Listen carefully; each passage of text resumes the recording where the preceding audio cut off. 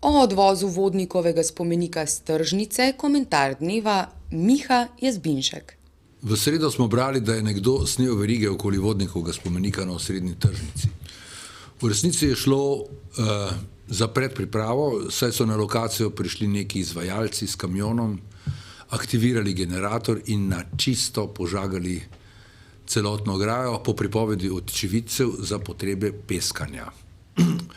Po pripovedi pristojnih pa sedaj sledi vzdrževanje kamnitnega dela spomenika kot rezultat dvoletnega koordiniranja mestnih oblasti s spomeniško-varstveno službo.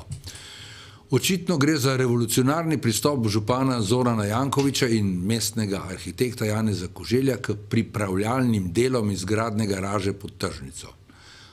Prav mu je Valentinu, kaj mi je bilo treba navdušenja nad revolucionarnimi Francozi in kaj uvesti narodovo materinščino v šole. Še spomenik naj konča kot on sam, predčasno upokojen in odstranjen iz javnega življenja. Ministrica Majda Šircelj pa nič. Le kje in kdaj bo spomenik reinkarniral znova?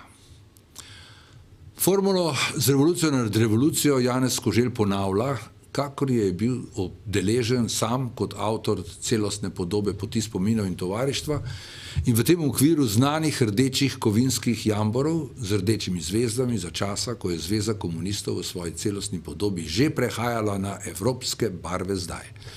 Leta 1991 jih je namreč mestni sekretar za komunalno dejavnost Janez Lesar dal revolucionarno požagati zaradi peskanja za potrebe vzdrževanja in Ljubljanski regionalni zavod za varstvo narave in kulturne dediščine je zaradi suma storitve kaznivega dejanja poškodovane stvari, ki so posebnega kulturnega in zgodovinskega pomena, podal ovadbo, očitno brez posledic. Minister Andrej Capuder pa nič. Seveda do danes ni znan ne kraj, ne čas reinkarnacije prebarvanih jamborov. Takrat sem se od ministrskega zbora oglasil le jaz, čeprav kulturna dediščina ni sodila v prostorski in okoljski resor, ki sem ga vodil. V odločilnem času, kot piše društvo Zeleni prstan, se je ustanovilo s ciljem civilno-družbene skrbi za ideološko in fizično ogroženo pot. In do tega mandata kar učinkovalo, ko se pa ponavlja revolucionarna formula uničevanja v svetovnem merilu enkratnega zelenega prostorskega prospekta.